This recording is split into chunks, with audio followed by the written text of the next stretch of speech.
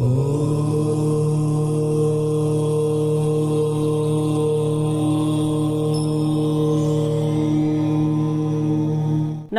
Astro insights with Richa में आप सभी का स्वागत है। मैं हूँ ऋचा शुक्ला। मित्रों, एक भावों की एक श्रृंखला बना रही हूँ जिसमें कि मैं आपको हर भाव के विषय में एक अलग नया दृष्टिकोण देना चाहती हूँ और उस तरह से आपको ज्योतिष में अगर आप भावों को देखेंगे, स्थानों को देखेंगे, तो आपका ज्योतिष का जो एनालिसिस है या जो उसको समझने की जो शक्ति है वो बहुत बढ़ जाएगी। किस तरह से कौन सा हाउस, कौन सा भाव आपकी कुंडली में किस तरह के असर करता है और उस भाव का स्वामी यानी कि भावेश क्या आपकी ज़िंदगी में असर डालता है, उस पर बात होगी और ये एक अलग नज़रिए से बात हो रही है। उसी श्रृंखला में आज समय है 9th हाउस, नवम भाव और नवमेश, 9th house and 9th Lord. ठीक है, ये विषय बहुत ही इंटरेस्टिंग है, टॉपिक्स बहुत अच्छे हैं, ये वीडियोस आप लोग पसंद भी कर रहे हैं। बाकी 8 भावों के विषय में जानना चाहते हैं तो एक डिस्क्रिप्शन में लिंक आपके पास रहेंगे, आप उनको जाकर देख सकते हैं, जिससे कि आपका सिलसिलेवार तरीके से आप पहले से 12 के भाव तक को समझ पाएँ। चलिए, ये वीडियो मैं शुरू करूं उससे पहले एक महत्वपूर्ण सूचना कि अगर आप लोग ज्योतिष सीखना चाहते हैं तो स्क्रीन पर इस वक्त जो नंबर आपके सामने आ रहा है इस पर संपर्क कीजिए। ज्योतिष के जो कोर्सेज़ हैं वो स्टार्ट भी हैं, चल भी रहे हैं और भी नए शुरू होने वाले हैं, तो जो भी जानकारी होगी आप इस नंबर से ले सकते हैं और अगर इंटरेस्टेड हैं तो खुद को एनरोल करवा सकते हैं। चलिए आगे बढ़ते हैं। नवम भाव जो है वो हमारे इष्ट का भाव है, हमारे डेटीज़, हमारे गुरु, हमारा धर्म, राइट और रॉन्ग करने की समझ, विदेश यात्राएं, पिता, हमारे कई बार हमारे अग्रज भी, पूर्वज भी, बड़े लोग भी, क्योंकि 9th हाउस जो है वो बृहस्पति से रूल्ड है। बृहस्पति गुरु भी हैं, पिता भी हैं, बड़े भाई, बहुत लोग, बहुत रिश्तों के कारक माने जाते हैं। तो 9th हाउस जो है वो एक पूर्ण भाग्य का स्थान भी कहा जाता है। पूर्ण भाग्य का मतलब होता है कि डेस्टिनी है ना, आपके प्रारब्ध में क्या लिखा है, आपके भाग्य में क्या लिखा है, ये नवम भाव से हम जानते हैं। लेकिन नवम भाव जो है उसका आपकी कुंडली में क्या इंटरप्रिटेशन होगा, उसका क्या मतलब किस तरह से आप 9th हाउस को समझेंगे, आज इस पर बात होगी। सबसे पहली बात ये कि आपके 9th हाउस को जो भी ग्रह रूल करता है वो आपके लिए अनकंडीशनल बेनिफिट बन जाता है। जो ग्रह आपके नवम भाव को रूल करता है, चाहे वो क्रूर हो, चाहे वो मृदु हो, लेकिन आपके लिए वो ग्रह अनकंडीशनल बेनिफिट का मतलब बिना शर्त अच्छा। भाग्येश कभी भी अशुभ नहीं हो सकता। अब आप कहेंगे कि फिक्स्ड राशियों के लिए नवमेश जो होते हैं वो बाधक ग्रह बनते हैं। बाधक ग्रहों के विषय में किसी दिन और चर्चा करूंगी। केवल नवमेश होने से कोई ग्रह बाधक नहीं बनता, उसके लिए एक पूरी एक प्रक्रिया है, कभी मैं इस पर एक वीडियो बनाऊंगी, तो इस बात को भूल जाइए। 9th लॉर्ड जो है वो आपके लिए बहुत अच्छा ग्रह है, अनकंडीशनल बेनिफिट, बिना शर्त आपके लिए अच्छा करने वाला है। और आपकी कुंडली में 9th हाउस का मालिक जहाँ भी जाएगा वहीं आप अपने धर्म, अपनी राइटियसनेस, अपनी विचारधारा को लेकर आगे बढ़ते हैं। यहाँ पर जब हम धर्म कह रहे हैं तो ये धर्म आपका हिंदू, मुस्लिम, सिख, ईसाई वाला जो धर्म है उससे भी बढ़कर आपका राइट और रॉन्ग करने का, यानी कि अच्छा और बुरे में भेद करना, डिस्क्रिशन करना, भेद करना, इससे दिखाई पड़ता है। यहाँ पर मैं आप लोगों से कुछ बातें कहना चाहती हूँ क्योंकि मैं कमेंट्स पढ़ती हूँ और कभी कभी बड़ा कष्ट होता है कि कुछ लोग कहेंगे कि आप बीच में इंग्लिश के शब्द क्यों बोलती हैं, ज्योतिष में इंग्लिश का क्या लेना देना है। भाइयों, मेरी समझ नहीं आता कि कब आप लोग भाषा और इस सब चीजों से ऊपर उठेंगे। ज्योतिष के इतने बड़े बड़े ग्रंथ के.एन. राव साहब ने इंग्लिश में लिख दिए, बी.वी. रमन साहब ने सारे अपनी बुक्स इंग्लिश में लिख दी। आपको क्या लगता है कि ज्योतिष जो है वो केवल हिंदी भाषी लोग पढ़ते हैं या हिंदी भाषी लोग समझते हैं? ज्योतिष भाषा से ऊपर है। ये मेरी अपनी भाषा है कि हिंदी और इंग्लिश का एक मिश्रित रूप है आजकल। और जब मैं इंग्लिश का कोई शब्द बोलती हूं तो मैं उसका हिंदी ट्रांसलेशन अवश्य बोलती हूं। जैसे अभी मैंने डिस्क्रिप्शन कहा तो मैंने ये पहले ही कहा कि इसका भेद करना। लेकिन कई बार मेरे वीडियोस सब लोग देखते हैं, कई लोग मेरी बहुत शुद्ध हिंदी से प्रॉब्लम हो सकती है कि भाई आपने इतनी कठिन हिंदी बोल दी, हमें समझ ही नहीं आया, तो क्या करें। मुझे तो आप सभी का ध्यान रखना है। भाषा से ऊपर उठिए। ज्योतिष का भाषा से कुछ लेना देना नहीं, किसी भी भाषा में सीखी जा सकती है। किसी सज्जन ने मुझे लिखा कि आप 9th लॉर्ड क्या होता है, इंग्लिश क्यों बोलती हैं आप, कमाल करते हैं आप। नवम स्थान के स्वामी को आप 9th लॉर्ड नहीं कहेंगे तो क्या कहेंगे। हमेशा जो ज्ञान मिले उसको ग्रहण कीजिए। अगर आपको मेरे वीडियोस में कुछ सार नहीं नजर आता है तो मत देखिए। पर आप इस तरह के कमेंट्स नहीं कर सकते कि आप इंग्लिश क्यों यूज करती हैं, हिंदी क्यों नहीं बोलती हैं। आज के समय में हिंदी और इंग्लिश बराबर मात्रा में बोली जाती है। अगर कोई नए बच्चे ज्योतिष सीखना और समझना चाहते हैं, उनकी हिंदी उतनी अच्छी नहीं है, तो क्या वो ज्योतिष नहीं सीख सकते? क्षमा चाहूंगी आप सभी से, मैं इसी तरह की भाषा में बात करूंगी।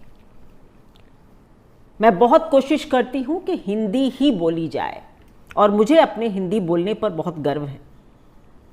लेकिन कभी कभी कुछ शब्द सबको समझाने के लिए इंग्लिश और हिंदी दोनों में बोलने पड़ते हैं, तो आप सबकी क्षमा चाहती हूं मैं। चलिए 9th भाव पर आ जाते हैं। तो नवम भाव जो है वो मैंने कहा ना कि हमारे धर्म की शक्ति है, हमारे दैवीय शक्ति है, यानी हमारे ऊपर देव कृपा क्या है, हमारे इष्ट कौन है, ये भी हम नवम से देखते हैं। प्रथम पूज्य हमारे पिता जिन्होंने हमको जन्म दिया, वो भी हम नवम से देखते हैं। तो नवम भाव की एनर्जी वृद्धि की है, भाग्य की है। तो नवम भाव को तो सिंपल तरीका है समझने का कि जिस भाव में भी जाएगा नवमेश, वहां आप अपने धर्म की ध्वजा को फहराएंगे।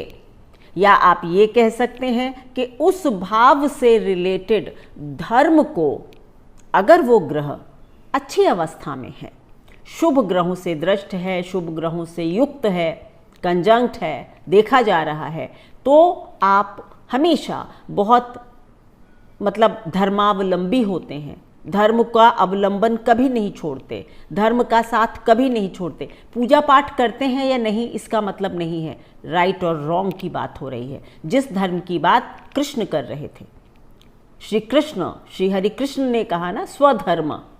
तो 9th हाउस एक तरह से आपका अपना धर्म, आपका कर्म क्या कहता है, आपका धर्म क्या कहता है। तो 9th लॉर्ड जहां भी जाता है वहां पर आपकी इस ताकत को लेकर जाता है। आपकी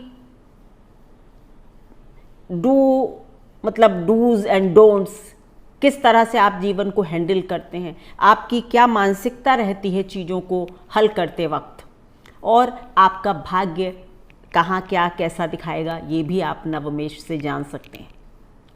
अगर नवम स्थान का स्वामी लग्न में बैठा हुआ है तो आप अपना भाग्य बनाने वाले हैं। आप अगर इस पर पाप प्रभाव नहीं है तो आप एक धर्मावलंबी व्यक्ति होंगे, आप एक राइटियस पर्सन होंगे, आपके जीवन में धर्म का बड़ा स्थान होगा। आप चीज़ों को सही तरीके से करना, निष्पक्ष तरीके से करना, इस तरह की चीज़ें आपको पसंद होगी और आपके जीवन में आपका भाग्य आपका साथ देगा, क्योंकि आप अपने भाग्य को बनाने वाले खुद हैं। यानी भाग्य उठकर सीधे और सीधे आपके शरीर में, लग्न में चला गया। आप भाग्यशाली हैं, ये भी आप कह सकते हैं। लेकिन जब 9th लॉर्ड उठकर भाग्य में आता है, मतलब लग्न लॉर्ड उठकर 9th में आता है, तो आपको, मतलब आप अच्छे घर में पैदा होते हैं, लेकिन आपको अपना भाग्य बनाना पड़ता है, मेहनत करनी पड़ती है, क्योंकि लग्न भाग्य में आई है। आपके जन्म के बाद आपके पिता की उन्नति हो सकती है, लेकिन जब 9th लॉर्ड लग्न में जाता है, यानी भाग्य लग्न में, तो आप भाग्यवान ही पैदा हो जाते हैं। ठीक है, बस ये थोड़ा सा डिफरेंस होगा। अगर 9th लॉर्ड दूसरे घर में बैठा हुआ है, कई बार ऐसे लोगों की अपने पिता से बनती भी है और कभी कभी उनकी जो मतलब आइडियोलॉजीज़ होती हैं, आपके पिता की जो मतलब आइडियोलॉजी होगी, आइडियोलॉजी को हिंदी में क्या कह सकते हैं, आई डोंट नो, मतलब उनकी जो विचारधारा होगी, आप अपने पिता की विचारधारा से कभी भी मतलब बहुत राज़ी नहीं होंगे। आपको लगेगा कि आपके पिता जो हैं वो अलग ही तरह के सिद्धांत हैं उनके, मैं ऐसे सिद्धांतों पर नहीं चल सकता। क्यों? क्योंकि 9वें स्थान का मालिक अपने घर से छठे घर में चला जाता है। लेकिन आपको पिता का धन, आपको परिवार से धन, इस सब की प्राप्ति करवा सकता है। तो आप क्या करेंगे? आप अपने परिवार के विषय में और आप अपने धन के विषय में सदैव बहुत धर्म का आचरण करने वाले होंगे। इसको ये भी कह सकते हैं कि आपका परिवार धार्मिक होगा। आपका जन्म एक धार्मिक परिवार में हो सकता है, जहाँ पर आपके दादाजी, नाना, मम्मी, पिताजी लोग थोड़े धार्मिक हैं, पर आपके अपने पिताजी से विचारधारा मेल नहीं खा सकती है। पर धन के लिए आपके पिता आपको धन दे सकते हैं, आपको पिता से धन की प्राप्ति हो सकती है। अगर आपके, और ये इसका जो मैंने कहा ना नया दृष्टिकोण, वो ये कि आप अपने परिवार के लिए बिल्कुल मतलब निष्पक्ष रहते हैं। आप बहुत ध्यान रखते हैं अपने परिवार का, परिवार में सब कुछ सही तरीके से हो, सिस्टम से हो, कोई चीज़ गलत ना हो, इसका आप बहुत ध्यान रखते हैं। चाहे आपका अपना परिवार हो या जो परिवार आप बाद में बनाते हैं, उसमें भी, मतलब विवाह के बाद भी धन की स्थिति ऐसे लोगों की अच्छी रह सकती है। पाप प्रभाव नहीं होना चाहिए। ठीक है। अब अगर 9th लॉर्ड तीसरे घर में होगा, तो आप सोसाइटी के लिए, आप अपने नेबरहुड में, यानी आस पड़ोस में, आपकी सोसाइटी में आप एक धर्म की ध्वजा फहराते हैं। कई बार ऐसे लोग प्रवचन देने वाले हो जाते हैं। 3rd हाउस उपदेश भी होता है, यानी कि आपका जो धर्म का जो सेंस है, जो धर्म की या जो आपकी अपनी सुदृढ़ विचारधारा है, वो कहाँ सबसे ज़्यादा असर दिखा रही है? तीसरे घर में। तो आप प्रवचन दे सकते हैं। आपकी बातचीत जो है, कम्युनिकेशन जो है, वो धर्म की बात आप कर सकते हैं, धर्म की, पुराण की, आचरण की बात। आप किसी भी धर्म में हो सकते हैं, लेकिन आप अपने धर्म का विस्तार करने वाले हो सकते हैं, उसको फैलाने वाले हो सकते हैं। और आप चाहेंगे कि सोसाइटी में सब लोग धर्म का आचरण करें, और ये आपका प्रयास भी होगा। बाकी वो छोटे भाई बहनों के लिए अच्छा होगा, ये सब आप अपने आप जोड़ सकते हैं, क्योंकि वो बहुत कॉमन बातें। अब अगर 9th लॉर्ड 4th में होगा, अपने घर से 8वें घर में है, 9th लॉर्ड अपने घर से 8वें घर में है, आपकी माता जो हैं थोड़ी सी स्पिरिचुअल हो सकती हैं। ठीक है, मतलब वैसे तो मैंने कहा ना कि अगर 9th लॉर्ड आपका 4th में होता है, तो इसका मतलब ये होता है कि आप अपने इस धार्मिक आचरण को, या 9th हाउस की जो एनर्जी है, वो कहाँ चली गई? वो आपके घर में चली गई, परिवार में चली गई, माता में चली गई। तो आपका इस तरह की आपकी माता जो हैं वो धार्मिक हो सकती हैं, आपके घर का माहौल धार्मिक हो सकता है, लेकिन आपकी अपने माता से थोड़ी सी विचारधारा नहीं मिल सकती है, धार्मिक विचारधारा। बाकी सब कुछ ठीक हो सकता है, पर आपको लगे कि मदर हो सकता है कहे कि आप बहुत रिलीजियस हैं, आप उतने रिलीजियस नहीं हैं। तो इस तरह से, लेकिन अगर ये ग्रह शुभ प्रभाव में हैं तो आप इवन ध्यान समाधि जैसी चीज़ों तक भी जा सकते हैं। जी हाँ, ये एक, क्योंकि स्वयं से अष्टम में जो ग्रह जाता है केंद्र में है ना, और चौथा घर एक प्राइम हाउस है, उसमें अगर भाग्य का मालिक जाएगा तो आपको भाग्य से सुख संपत्ति मिल जाए, अच्छी माँ मिल जाए, ये सब भी तो होगा, क्योंकि भाग्येश मैंने कहा ना अनकंडीशनल बेनिफिट, बिना शर्त अच्छा ग्रह होता है। स्वयं से अष्टम में जाने का मतलब होता है कि आपको घर के सुख, मतलब आप, क्योंकि आप थोड़े से डिटैच हो सकते हैं, लेकिन आपको मिल सब कुछ जाएगा। और आपके लिए मतलब अगर आपको कोई घर द्वार बनाना है, एसेट्स बनाने हैं, कुछ करना है, तो आप उसमें कभी कोई गलत रास्ता नहीं अपनाएंगे। आपको लगेगा सब कुछ जस्ट होना चाहिए, फेयर होना चाहिए। 9th हाउस जो है वो सेंस ऑफ फेयरनेस, सही करना, ये सबसे बड़ी एक इसकी स्ट्रीक होती है, सही करना।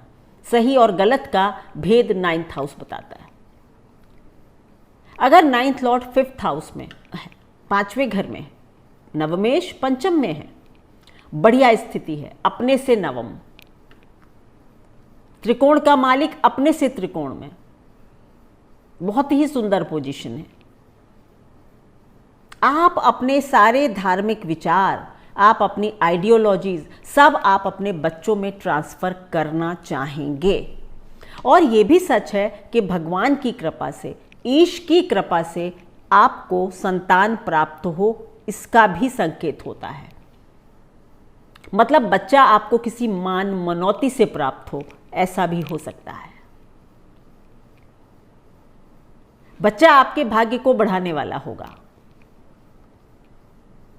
और आपके घर में उसका जन्म होना ही उसके लिए भाग्य की बात है, क्योंकि एक अच्छे धार्मिक माहौल में एक बच्चा पैदा होगा, क्योंकि आपका नवमेश पंचम में है। आप जैसी ही विचारधारा वाले बच्चे आपके होंगे। तो हमेशा अपनी विचारधारा अच्छी रखिए अगर अपने बच्चे अच्छे चाहते हैं। रोल मॉडल बनिए अपने बच्चों के लिए, ठीक है। और आपका सेंस ऑफ जस्टिस जो है या सेंस ऑफ फेयरनेस जो है वो कहाँ जाएगा? सेल्फ एक्सप्रेशन में। मतलब आप हमेशा जो बोलेंगे, जो आपकी बात होगी वो बहुत ही गूढ़ होगी, बहुत सही होगी। आप अपनी बातों से, आप अपने एक्सप्रेशन से आप एक पॉजिटिविटी, एक सकारात्मकता को बिखराएंगे। चाहे आप कोई पेंटिंग ही क्यों ना बनाएं, लेकिन वो बहुत, कहते हैं ना, एक ऑनेस्ट पेंटिंग बनाएंगे। आप जो भी लिखेंगे, हो सकता है आप धार्मिक चीज़ें लिखने वाले बन जाएं, धार्मिक राइटर हो सकते हैं आप बहुत बड़े, किसी चीज़ का अनुवाद करने वाले बन सकते हैं, महाकाव्य लिख सकते हैं, बहुत सारी चीज़ें। सो 9th लॉर्ड इन 5th हाउस, गुड कॉम्बिनेशन। अब अगर नवम का स्वामी छठे घर में आ जाता है, अपने घर से 10वें घर में है, छठा घर जो होता है वो भी कहीं ना कहीं ध्यान का है। साधना, ध्यान, समाधि, ये 6, 7, 8, ये 3 घर जो हैं, ये सब ध्यान, समाधि, साधना के हैं। तो ऐसे लोग काफ़ी डिटैच हो सकते हैं, अपने जीवन में चीज़ें थोड़ी कठिनाई से प्राप्त करेंगे, लेकिन करेंगे ज़रूर, पर सीधे रास्ते पर चलकर, सही रास्ते पर चलकर, चाहे मेहनत करनी पड़े, स्ट्रगल करना पड़े, लेकिन करेंगे, गलत रास्ता नहीं लेंगे। लग्न से छठा है और नवम से 10वां है, तो आपके पिताजी का प्रोफेशन लीगल हो सकता है, कोई डॉक्टर हो सकते हैं आपके पिता, आपके पिताजी कोई अच्छे बैरिस्टर हो सकते हैं, कोई फाइनेंस से जुड़े व्यक्ति हो सकते हैं, और आप जो हैं आपकी और आपके पिता की थोड़ी सी विचारों में मतभेद हो सकता है, या कभी कभी कहते हैं कि पिता के सुख को भी थोड़ा कम कर सकता है, क्योंकि लग्न से छठा है, पिता को रोग वगैरह भी दे सकता है। यानी आपके लिए पिता का सुख थोड़ा कम भी हो सकता है, किसी भी कारण से हो सकता है, आपकी उनसे बने ना, या फिर उनके किसी कष्ट की वजह से, कुछ भी। अगर 9th लॉर्ड 7th हाउस में होगा, अपने घर से 11वें घर में होगा, अच्छी स्थिति है, भाग्य की दृष्टि से अच्छा है। आपके पति या पत्नी जो होंगे, आप उनके बीच में मतलब एक एथिक्स को लेकर अगर ग्रह अगर नवम स्थान का स्वामी सप्तम में आता है, तो आपकी अपने पति या पत्नी के साथ एथिक्स को लेकर एक विचारों में मतभेद भी आता है, क्योंकि धर्म स्थान का स्वामी काम स्थान में आ जाता है, और आप अपने पति या पत्नी में राइटियसनेस, अच्छे रास्ते पर चलो, ऐसा करो, ये सब गुणों को चाहते हैं। और अगर ऐसा नहीं होता तो फिर आप उनसे थोड़े विमुख होने लगते हैं, क्योंकि आपका नवमेश भाग्य अच्छा हो जाता है, विवाह के बाद भाग्य की बढ़ोतरी होगी, सब कुछ होगा, लेकिन आपस में एथिक्स की लड़ाई मैंने होते देखी है, ये मेरे अनुभव से मैं कह रही हूं। विवाह के लिए बहुत अच्छी सिचुएशन कभी कभी नहीं होती, मतलब आप डिवोर्स वगैरह कुछ नहीं लेते हैं, बट एक प्लेटफॉर्म पर खड़े नहीं होते पति या पत्नी, क्योंकि धर्म के क्षेत्र में आपको लगता है कि ये बात उतनी ठीक नहीं हो रही। अब अगर 9th लॉर्ड 10th में चला जाए, 9th लॉर्ड 8th में चला जाए,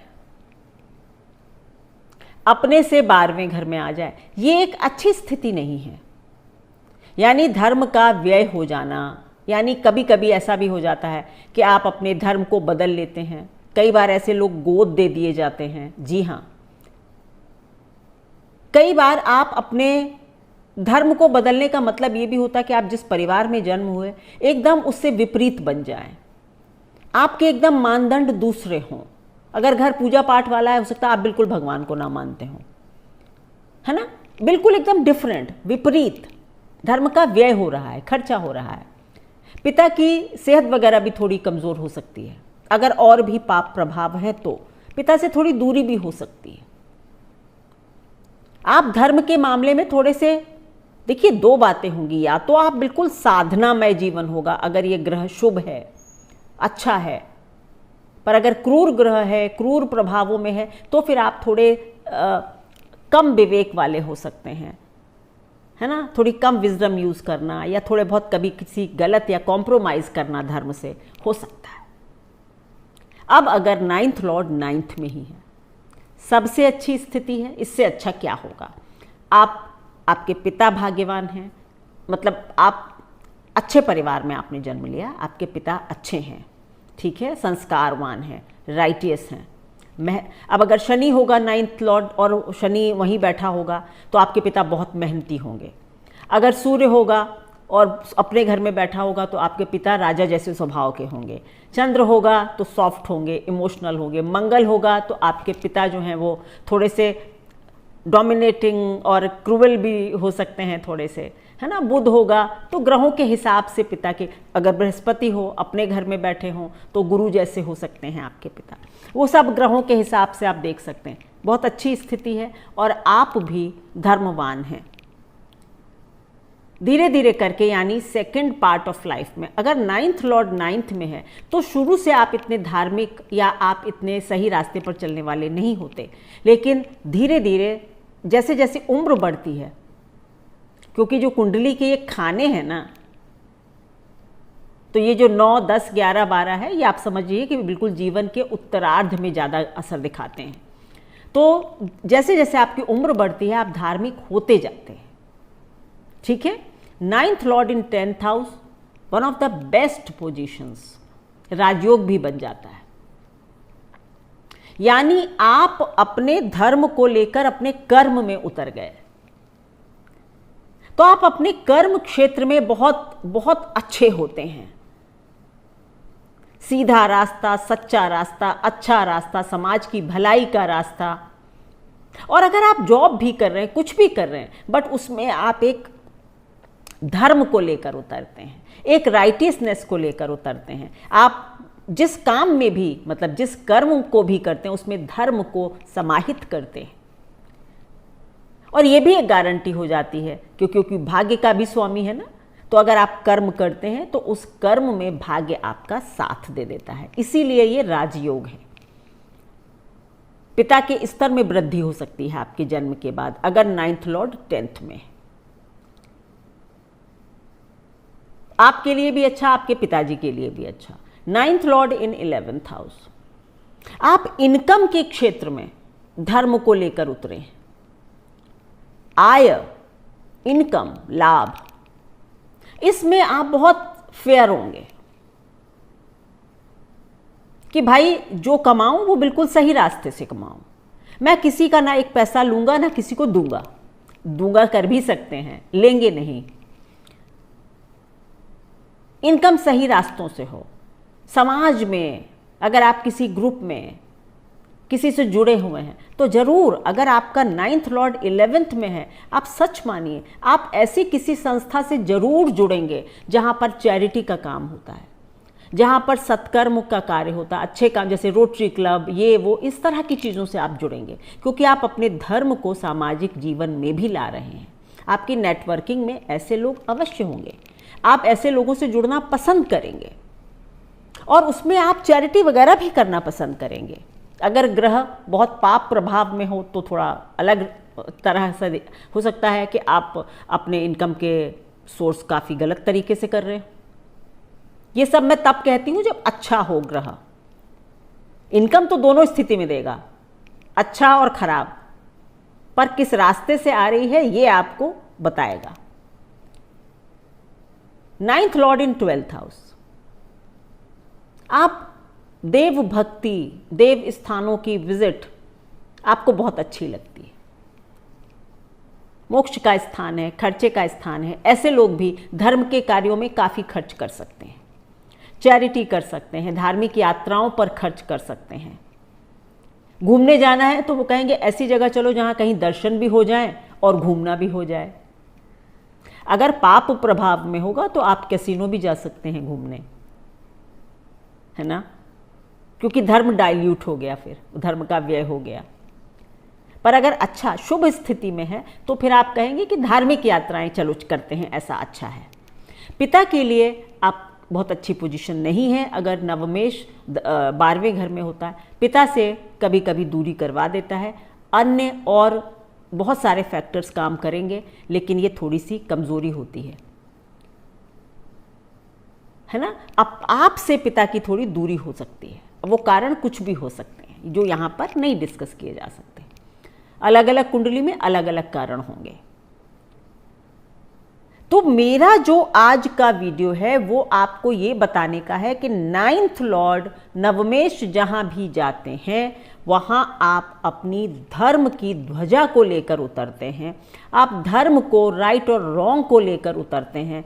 अगर ये शुभ प्रभाव में होगा तो शुभता बढ़ती है, अगर पाप प्रभाव में होगा तो आपके अंदर ये जो सेंस होता है ना राइटियसनेस का, सही होने का, ये कमज़ोर होता है और फिर आपके भाग्य में भी बाधाएं उत्पन्न होती हैं क्योंकि आप सही रास्ते पर नहीं चलते और फिर बाधाएं भी आती हैं।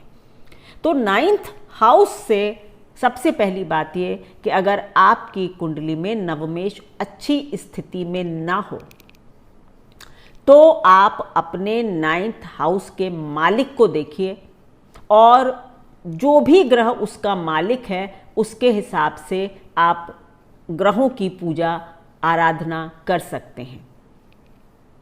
ठीक है, वीडियो लंबा होगा इसलिए मैं अभी इसमें नहीं बताऊंगी। मे बी एक छोटा अलग वीडियो बनाऊंगी जिसमें मैं आपको बताऊंगी कि 9th हाउस में कौन से ग्रह हों या कौन सी राशि हो तो कौन से देवता को पूजना चाहिए।